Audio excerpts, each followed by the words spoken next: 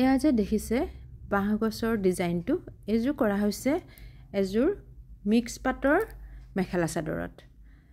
আৰু ডিজাইনটো কৰা হৈছে ফেব্ৰিক কালাৰেৰে কেনেকৈ কৰিলো কি ব্যৱহাৰ কৰিলো গোটেইখিনি মই আপোনালোকক দেখুৱাব লৈছো প্ৰথমতে লৈছিলো এইকেইটা কালাৰ আৰু দুডাল brush colour green colour pearl metallic gold colour আৰু এটা ব্ল্যাক কালাৰ লৈছো আৰু দুডাল ব্ৰাছ লৈছো চাবচোন মই কেনেকৈ কৰিছো প্ৰথমতে এনেকৈ গ্ৰীন আৰু পাৰমেটালিক গোল্ড কালাৰটো লৈ ব্ৰাছডালত প্ৰথমতে এনেকৈ অকমান হুমুৱাই ললো তাৰ পিছত মই কৰি গৈছো খুব সহজ পদ্ধতি কম সময়ৰ ভিতৰত কৰিব পৰা এটা পদ্ধতি ইয়াত ফ্ৰেমও ল'ব নালাগে তলত মই নিউজ পেপাৰ পাৰি লৈছো নিউজ পেপাৰ পাৰি ললে ফ্ৰেম নললেও হয় এয়া চাওকচোন মই এনেকৈ অলপকৈ এৰি কৰি গৈছো পাটৰ মিক্স পাটৰ মেখেলা চাদৰযোৰ যেহেতু লাইট গ্ৰীন কালাৰ হে মই ইয়াতে অকমান ডিপ গ্ৰীন কালাৰটো লৈছো আৰু লগত মই গোল্ডেন কালাৰটো লৈছো গোল্ডেন কালাৰটো দিয়া কাৰণে বেছি ধুনিয়া দেখা হৈছে প্ৰথমতে মই এনেকৈ গছ বাঁহ বিলাক বনাই লৈছো দে চাওকচোন যত এবাৰত যদি কেতিয়াবা লাগি না যায় তেতিয়া হলে আপোনালোকে দুবাৰো দি দিব পাৰে দুবাৰ দিলেও একো নহয় এয়া চাওকচোন মই আকৌ দুবাৰ দি দিম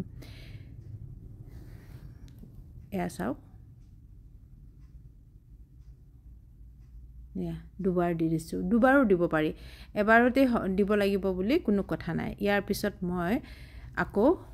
বাকিখিনি কাম কৰি দিম ইয়াতে মই অকনমান গ্যাপ এৰি লৈছো গ্যাপটো দিলেহে বেছি ধুনিয়া দেখা যায়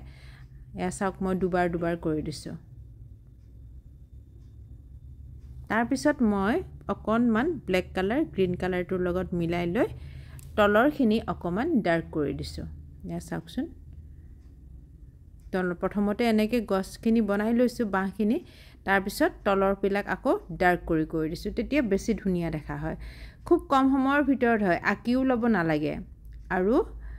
ফ্ৰেমও ল'ব নালাগে ফ্ৰেম আৰু আকি নলোৱাকৈ কৰিব লাগিলে আমাৰ অলপ সুবিধা হয় নহয়নে সহজতে কৰিব পাৰো আমি যিবিলাকে ফেব্ৰিক পেইন্টিং কৰি থাকে তেওঁলোকে এইটো খুব সোনকালে বুজিব পাৰিব আৰু কৰিবও পাৰিব আৰু খুব ধুনিয়াও লাগে বাঁহ গছটো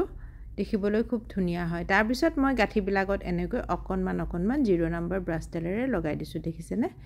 গাঠি বিলাক বনাই ললো আৰু গাঠিখিনি বনাই লোৱাৰ পিছত মই আকৌ এনেকৈ ঠাল বিলাক দি পেলাই পাত বিলাক আকি গৈছো আৰু এনেকৈ কৰি পেলাই যেতিয়া শুকাই যায় শুকাই যোৱাৰ 24 ঘণ্টা পিছত উলুটা ফালৰ পৰা ইস্ত্ৰি কৰিব লাগে তেতিয়া পাৰ্মানেন্ট হয় আৰু ফেব্ৰিক পেইন্টিং এনেও পাৰ্মানেন্ট তথাপিও ইস্ত্ৰি কৰাটো খুবেই ভাল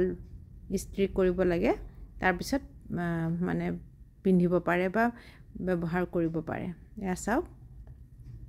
কিছুমান পাত মই পাতল হেউজিয়া ৰঙৰ কৰিছো আৰু কিছুমানত মই অকমান ডাঠ হেউজিয়াটো কৰি দিছো তেতিয়া বেছি ধুনিয়া দেখা হয়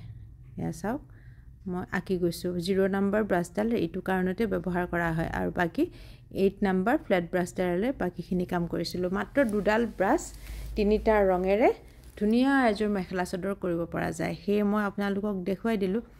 আপোনালোকেও কৰি ল'ব পাৰে এনেকৈ সহজ পদ্ধতি এয়া চাবচোন হেখত কিন্তু কাপোৰযোৰ বহুত ধুনিয়া দেখা হয় চাদৰখনত মই অৱশ্যে এটা সাইডত 12 ইঞ্চি কৈ দিছো আৰু এটা সাইডত 6 ইঞ্চি কৈ দিছো কম কৈ দিছো আগৰ মেখেলা চাদৰৰ নিচিনাকে দিছো আৰু মেখেলাখনত গুটেই তলৰে দুইটা সাইডতে 12 ইঞ্চি বহল কৈ দিছো এখন অৱশ্যে চাদৰ মেখেলাখন মই মোৰ ফেসবুকত দিয়া আছে এখন মই চাদৰখন মই ইয়াতে দিলো আপোনালোকৰ যদি এনেকুৱা ধৰণৰ ভিডিও বিলাক ভাল লাগে তেনেহলে মোৰ এই চেনেলটো সাবস্ক্ৰাইব কৰি দিব লগতে কিন্তু শেয়াৰ কৰিব নাপাহৰিব ধন্যবাদ